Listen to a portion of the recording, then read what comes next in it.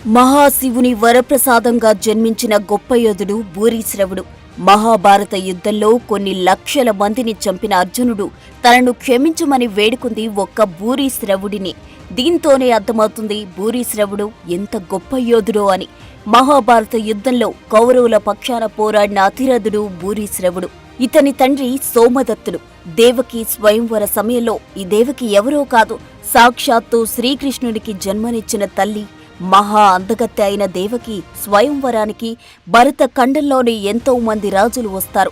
సోమదత్తుడు కూడా దేవకిని పెళ్లి చేసుకోవడానికి స్వయంవరానికి వస్తాడు. అయితే అక్కడకు సిని అనే యాదవరాజు వచ్చి చక్కని చుక్క అయిన దేవకిని తన కుమారుడైన వసుదేవుడికిచ్చి పెళ్లి జరిపిస్తా అంటూ దేవకిని బలవంతంగా తీసుకుని రథంపై బయలుదేరుతాడు. అయితే స్వయంవరానికి వచ్చిన సోమదత్తుడు సినికి అడ్డుపడతాడు. సోమదత్తుడికి సినికి మధ్య యుద్ధం భయంకరంగా జరుగుతుంది. చివరికి సిని చేతిలో సోమదత్తుడు ఓడిపోతాడు. సోమదత్తుడి జుట్టు పట్టుకుని సభావేదికంతా ఈడ్చుకుంటూ తీసుకొచ్చి అతని గుండెలపై కాలితో తనతో దారుణంగా అవమానిస్తాడు సిని. సోమదత్తుడి బట్టలు చినిగిపోయి ఆ స్వయంవర సభలో ఉన్న ఆడవారందరూ సోమదత్తుడిని చూసి నవ్వుతారు.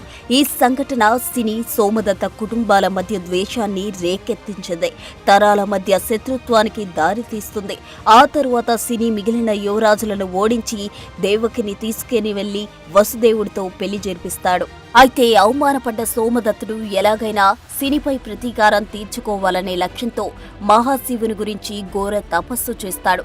అతని తపస్సుకు సంతోషించిన శివుడు ప్రత్యక్షమై ఏమి వరం కావాలని అడగ్గా అందుకు సోమదత్తుడు వేలాది మంది రాజుల మధ్యలో సిని వంశస్థుణ్ణి కొట్టి యుద్ధంలో కాలితో తన్ని బలమైన శక్తిగల కుమారుడు కావాలని కోరుతాడు.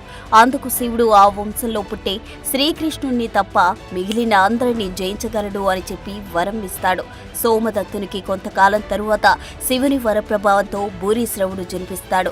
భూరీశ్రవుడు చిన్నప్పటి నుండే యుద్ధ విద్యలు నేర్చుకున్నాడు. అస్త్ర శస్త్రాల ప్రయోగంలో ఆరితేరిపోయాడు. వేదాంగాలు అభ్యసించి ఒక ఋషిలా మానవత్వం ఉన్న మనిషిలా తయారయ్యాడు. ఎప్పుడూ భగవాన్ నామ స్మరణ చేస్తూ ఒక రాజులా కాకుండా ఒక యోగిలా ఉండేవాడు. విందులు విలాసాలకు దూరంగా ఆధ్యాత్మిక చింతనతో జీవించేవాడు. ఆ తరువాత కొంతకాలానికి మహాభారత యుద్ధం జరగబోతుందని తెలిసి ఆ యుద్ధంలో సినీ వంశస్థులైన శ్రీకృష్ణుడు, సాత్యకి మొదలైన వీరులు పాండవులకు మద్దతిస్తున్నారని తెలిసి అతిరథుడైన భూరీశ్రవుడు కౌరవుల పక్షాన యుద్ధం చేస్తాడు. పాండవుల పక్షాన ఉన్న ఎంతో మంది యోధులను యుద్ధంలో ఓడిస్తాడు. కొన్ని వేల మంది సైనికులను చంపి పాండవులకు చాలా నష్టాన్ని కలిగిస్తాడు. తన శత్రు వంశస్థుడైన సాత్యకి 10 మంది కుమారులను యుద్ధంలో దారుణంగా హతమారుస్తాడు. తన కుమారులను చంపి తనకు కడుపుకోత మిగిల్చిన భూరీశ్రవుణ్ణి చంపడానికి సమయం కోసం కాచుకొని ఎదురు చూస్తుంటాడు సాత్యకి. మహాభారత యుద్ధం 13వ రోజు పద్మవ్యూహంలో అభిమన్యుడిని కౌరవ యోధులందరూ చుట్టుముట్టి దారుణంగా చంపుతారు. అభిమన్యుడి చావుకు కారణం జయద్రథుడు. తెలిసిన అర్జునుడు రేపు సూర్యాస్తమయంలోగా జయద్రథుని చంపుతాను, అలా చేయనిచో నేను అగ్నిలో దూకి ప్రాణత్యాగం చేస్తాను అని భీకర ప్రతిజ్ఞ చేస్తాడు. ఈ వార్త విన్న దుర్యోధనుడు పరమానంద భరితుడవుతాడు. ఎందుకంటే రేపొక్కరోజు సైంధవుణ్ణి కాపాడితే చాలు, అర్జునుడు సైంధవుణ్ణి వధించలేక తానే చనిపోతాడు. అర్జునుడు ఆడిన మాట తప్పడు అని అనుకుంటాడు దుర్యోధనుడు. కానీ జయద్రథుడు భయభ్రాంతుడవుతాడు. తాను యుద్ధరంగం వదిలి నగరానికి వెళ్లిపోతానని సిద్ధమవుతాడు. అలా యుద్ధరంగం నుంచి తొలగిపోవడం అమర్యాదని, అది వీరుని లక్షణం కాదని దుర్యోధనుడు సైంధవుడికి నచ్చజెప్తాడు. నీవేమీ భయపడకు, మేమంతా కలిసి రేపు నీవు అర్జునుడి కంటపడకుండా కాపాడతామని ధైర్యం చెప్తాడు. యుద్ధం 14వ రోజు ద్రోణుడు జయద్రథుడిని రక్షించడం కోసం శకట వ్యూహం అమలు చేస్తాడు. జయద్రథుడిని మధ్యలో ఉంచి చుట్టూ కర్ణుడు, ద్రోణుడు, అశ్వత్థామ మొదలైన కౌరవ యోధులు కాపాడుతుంటారు. అర్జునుడు ఆ వ్యూహాన్ని సమీపించకుండా చేయాలని కౌరవ వీరులలో కొందరు అతడితో యుద్ధం చేస్తుంటారు. అయితే అర్జునుడు సాధ్యమైనంత త్వరగా జయద్రథుని చేరుకునేందుకు ప్రయత్నం చేస్తుంటాడు. అతన్ని వధించాలి, లేనిచో తాను మరణించక తప్పదు అని అర్జునుడికి తెలుసు.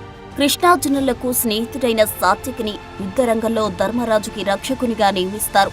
అయితే యుద్ధరంగంలో భూరిశ్రవుడు ఎదురవగానే అతని పట్ల పగతో ఉన్న సాత్యకి ఇదే మంచి సమయం భూరిశ్రవుణ్ణి చంపడానికి అని అనుకుని ధర్మరాజుని ఒంటరిగా వదిలేసి భూరిశ్రవుడితో ద్వంద్వ యుద్ధం చేస్తాడు. భూరిశ్రవుడికి సాత్యకి మధ్య యుద్ధం భయంకరంగా జరుగుతుంది. ఇద్దరూ ఒకరిపై ఒకరు పిడిగుద్దులు గుద్దుకుంటారు. కాసేపు కత్తులతోనూ మరి కాసేపు గదతోనూ ఇలా ఏది దొరికితే దానితో యుద్ధం భయంకరంగా చేస్తారు. ఇద్దరు అతిరథులు ఒకరికి ఒకరు తగ్గకుండా యుద్ధం చేస్తారు. భూరిశ్రవుడికి సాత్యకి మధ్య జరిగిన యుద్ధంలో చివరకు సాత్యకి అలసిపోతాడు. భూరిశ్రవుడు సాత్యకిని రథం మీద నుండి కింద పడేస్తాడు. అతని గుండెలపైన కాలితో ఇష్టమొచ్చినట్లు తంతాడు. ఆ దెబ్బలు తట్టుకోలేక సాత్యకి హృదయ విదారకంగా కేకలు పెడతాడు. చివరకు సాత్యకి తల నరకడానికి భూరిశ్రవుడు కత్తి ఎత్తుతాడు. సాత్యకి ఆర్తనాదాలు విన్న కృష్ణుడు అటు చూస్తాడు. సాత్యకి కృష్ణునికి అత్యంత ప్రియమైన మిత్రుడు వీరుడు. పైగా సొంత కులస్తుడు. అతని సామర్థ్యం బలహీనతలు కృష్ణునికి తెలుసు. భూరిశ్రవుని జయించడం సాత్యకి సాధ్యం కాదని కూడా కృష్ణుడికి తెలుసు. ఎందుకంటే శివుని వర ప్రభావంతో సిని వంశస్థుడైన సాత్యకిని భూరిశ్రవుడు తప్పక వధిస్తాడని తెలిసిన కృష్ణుడు అర్జునుడిని చూసి భూరిశ్రవుడు సాత్యకిని వధించేందుకు సిద్ధపడ్డాడు. నీవు వెంటనే అతన్ని అడ్డుకో అంటాడు. అప్పుడు అర్జునుడు అది ఎలా సాధ్యం? వారిద్దరూ యుద్ధం చేస్తుండగా నేను మధ్యలో చొరబడడం క్షత్రియ ధర్మం కాదు అంటాడు. సాత్యకి మీకోసం యుద్ధం చేసేందుకు వచ్చాడు. అతడు ఆపదలో ఉన్నప్పుడు కాపాడకపోవడం ధర్మం కాదు అని కృష్ణుడు చెప్పగా వెంటనే అర్జునుడు ఒక అద్భుత బాణాన్ని సంధించి కత్తి ఎత్తి పట్టుకున్న భూరిశ్రవుని చేతిని ఖండిస్తాడు. కత్తితో సహా కుడిచేయి ఎగిరి భూమిపై పడుతుంది. బాధతో చుట్టూ చూసిన భూరిశ్రవుడు తనపై బాణం వేసింది అర్జునుడు అని గ్రహించి నేను మరొకరితో యుద్ధం చేస్తుండగా నన్ను గాయపరిచావు, ఇదెక్కడి ధర్మం? ఇటువంటి పని పిరికివాడు మాత్రమే చేస్తాడు, క్షత్రియుడు కాదు. ఏ గోపాలుడి మాట విని నీవు అధర్మానికి పాల్పడ్డావు అని అంటాడు.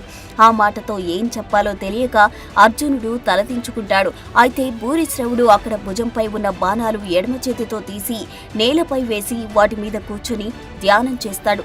అతను బ్రహ్మదేవుని ప్రార్థించి తన ప్రాణాలు నైవేద్యంగా సమర్పిస్తాడు. అతను తన కళ్ళను సూర్యునిపై, మనస్సును స్వచ్ఛమైన నీటిపై ఉంచాడు. నోటితో నెమ్మదిగా మంత్రాలు చదువుతుంటాడు. అయితే తన తల తెగిపోతుందనుకున్న సాత్యకి కొన్ని క్షణాలకు తెలివి వచ్చి జరిగింది తెలుస్తోంది. ధ్యానం చేస్తున్న భూరిశ్రవుని చూస్తాడు. తెగిపడి ఉన్న అతని చేతిలోని కత్తిని తీసుకుని వేగంగా భూరిశ్రవుని వైపు కదులుతాడు. ఇక వద్దు వద్దు అంటూ కృష్ణార్జునులు వారిస్తున్నా వినకుండా వేగంగా వెళ్లి యోగాసనంలో కూర్చొని ఉన్న భూరిశ్రవుని శిరస్సు ఖండిస్తాడు. అర్జునుడు విభ్రాంతుడైపోతాడు. కృష్ణుడు సిగ్గుతో తలదించుకుంటాడు. సాత్యకి తన ప్రతీకారం తీరినందుకు విజయ గర్వంతో పొంగిపోతాడు. అర్జునుడు చేసిన ఈ అధర్మ యుద్ధాన్ని పాండవుల సైన్యంతో సహా సైనికులందరూ ఖండించారు. అర్జునుడిని నిందించారు. భూరిశ్రవుణ్ణి స్తుతించి మనసులోనే పూజిస్తారు. ఇక అర్జునుడు కూడా తన తప్పు తెలుసుకుని యుద్ధం ఆపి భూరిశ్రవుని పార్థివ దేహాన్ని సందర్శించి చేతులు జోడించి నన్ను క్షమించు అంటూ వేడుకుంటాడు. తను చేసిన పనికి పశ్చాత్తాపడతాడు. అప్పుడు శ్రీకృష్ణుడు భూరిశ్రవుడు యుద్ధంలో అజేయుడు. శివుని వర ప్రభావం వల్ల సిని వంశస్థులను నిర్మూలించగలడు. అంతేకాక అతను గొప్పదాత. అనేక యాగాలు చేశాడు. వేలాది ఎకరాల భూమిని విరాళంగా ఇచ్చాడు. కౌరవుల వైపు యుద్ధం చేసినా ఎప్పుడూ ధర్మం తప్పలేదు. నిరంతరం భగవన్నామస్మరణలోనే నిమగ్నమై ఉండేవాడు. అతను మంత్రాలతో పునీతమయ్యాడు. వరాలను ఇవ్వడంలో గొప్పవాడు. తన ధర్మం కారణంగా భూరిశ్రవుడు తప్పక స్వర్గానికి చేరుతాడు. నీవు చింతించకు అర్జున అంటాడు కృష్ణుడు. అయినా బాధతో అంతా నీవే చేశావంటాడు అర్జునుడు. అప్పుడు శ్రీకృష్ణుడు ఇలాంటి ధర్మాత్ములను ధర్మయుద్ధంలో చంపలే, అధర్మంగానే సంహరించాలి. అభిమన్యుడి విషయంలో కౌరవులు చేసింది అధర్మం.